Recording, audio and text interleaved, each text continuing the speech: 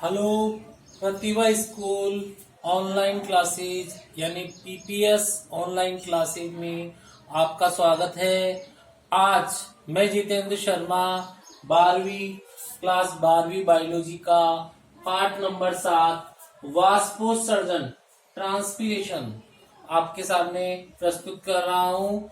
ये सबसे पहले हम देखते हैं कि वाष्पोत्सर्जन यानी ट्रांसपीरेशन क्या होता है। व्हाट इज ट्रांसपीरेशन, वाष्पोत्सर्जन होता क्या है। तो इसकी डेफिनेशन देखें तो पौधे के वायवीय अंगों यानी एरियल पार्ट्स यानी जो वायु में रहते हैं, जैसे कि पत्ती, तना, शाखाएं, पौधे के वायवीय अंगों द्वारा जल के वाष्प के रूप में त्यागने या बाहर निकलने की जो प्रक्रिया होती है उसे हम वाष्पोत्सर्जन कहते हैं। अर्थात पौधे के वायवीय भाग जैसे पत्ती, शाखा, तने आदि के द्वारा जल का वाष्प के रूप में बाहर निकलना या त्यागने का जो प्रोसेस है उसी को हम वाष्पोत्सर्जन या ट्रांसपीरेशन के नाम से जानते हैं।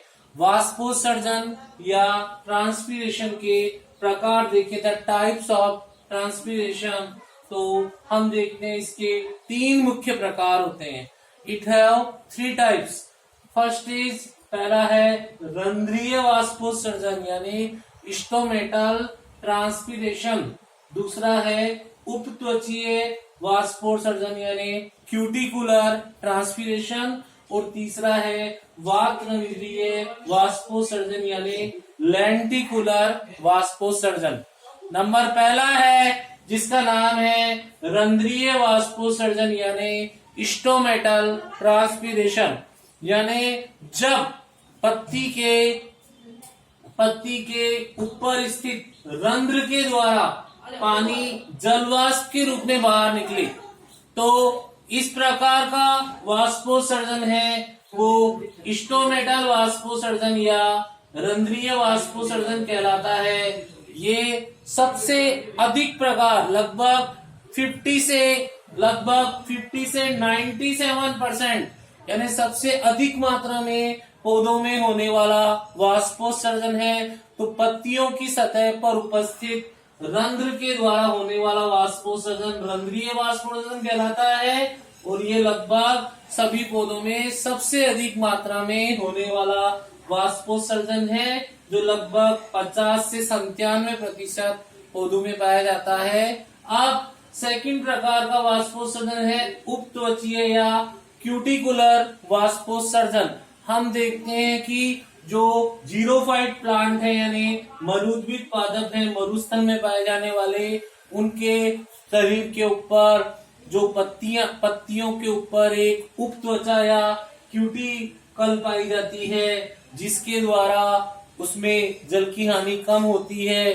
तो उनके तने पर और पत्ती पर उपस्थित क्यूटिकल के द्वारा होने वाला जो वाष्पोत्सर्जन है उसे उपत्वचीय वाष्पोत्सर्जन कहते हैं। ये लगभग 3 से 10% होता है, यानी ये इसकी जो मात्रा है वाष्पोत्सर्जन की पौधे में वो लगभग 3 to 10% इस विधि के द्वारा वाष्पोत्सर्जन होता है।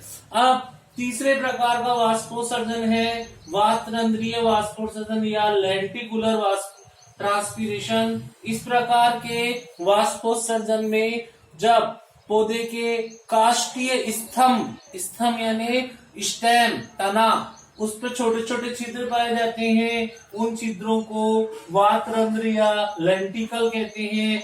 उनसे होने वाला वाष्पोत्सर्जन यानी उन छिद्रों से जब जल बाहर निकलता है वाष्प के रूप में तो उसे वातरंध्रीय वाष्पोत्सर्जन कहते हैं। ये सबसे कम मात्रा में लगभग 0.1% होता है। अब हम तीनों टाइप्स के वाष्पोत्सर्जन पढ़ने के बाद आगे देखते हैं कि रंध्र की संरचना, द स्ट्रक्चर ऑफ स्टोमेटा।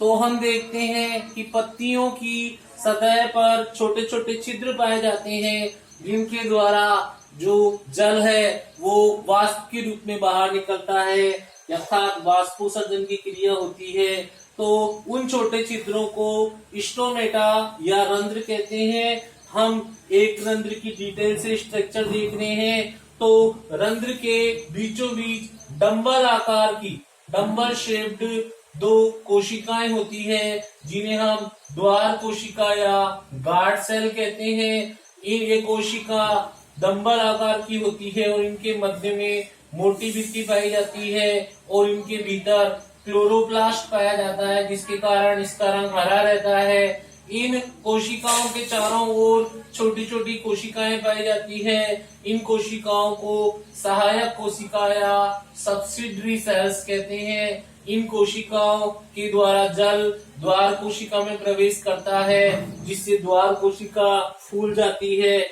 और रंध्र दिन के समय खुल जाता है और शाम या रात्रि होने पर द्वार कोशिका से जल वापस सहायक कोशिका में चला जाता है, जिससे कि द्वार कोशिका पिचक जाती है और रंध्र का जो छिद्र है वो सिकुड़ जाता है। बीचों बीच द्वार कोशिका के बीचों बीच जो छिद्र होता है उसको रंध्रीय छिद्र यानी स्टोमेटल पोर कहते हैं। इस प्रकार हम देखते हैं कि पत्तियों में इस प्रकार के कई सारे रंध्र पाए जाते हैं। दोबारा बता रहे हैं, रंध्र में बीचों बीच दो द्वार कोशिका होती है डंबल आकार की, जिसमें क्लोरोप्लास्ट पाया जाता है। बीचों बीच मोटी भित्ति होती है और सबसे मध्य में रंध्रीय छिद्र पाया जाता है।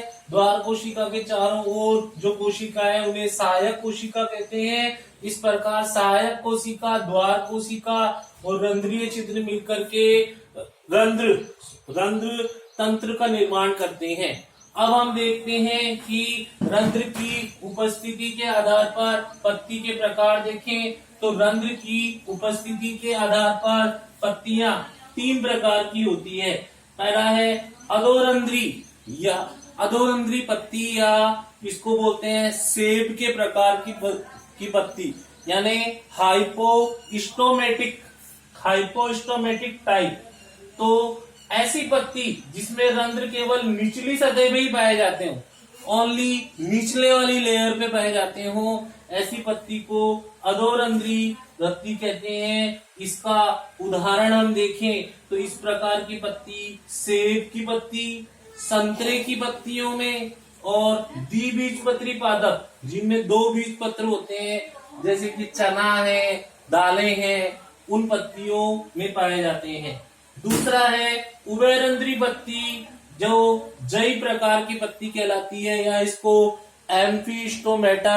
स्टोमेटिक लीफ कहते हैं। ऐसी पत्ती जिसमें रंध्र दोनों सतह पर, ऊपरी सतह और निचली सतह पर समान रूप से उपस्थित होते हैं, उसे उभयरंध्री पत्ती या जई प्रकार की पत्ती कहते हैं। इसके उदाहरण है मक्का में, जई में, घास में और एक बीजपत्री पौधे जितने भी अनाज है, गेहूं, चावल, इन सब में जो पत्ती पाई जाती है वो उभयरंध्री पत्ती कहलाती है और इसका दूसरा नाम है जई प्रकार की पत्ती। और तीसरे प्रकार की जो रंध्र की उपस्थिति के आधार में पत्ती है उसे अधिरंध्री पत्ती या कुमोदनी प्रकार की पत्ती कहते हैं। इंग्लिश में इसे एपिस्टोमेटिक लीफ कहते हैं, टाइप ऑफ लीफ।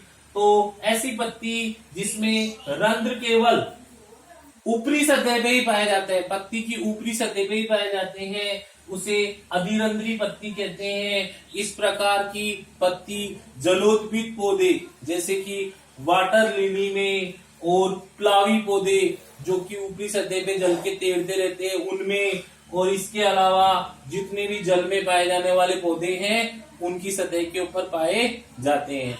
इस प्रकार तीन प्रकार की पत्तियां होती है रंध्र की उपस्थिति के आधार पे, अधोरंध्री, उभयरंध्री और अधिरंध्री। ये टॉपिक बहुत ही महत्वपूर्ण है, यहाँ से एग्जाम में हमेशा क्वेश्चन पूछे जाते हैं।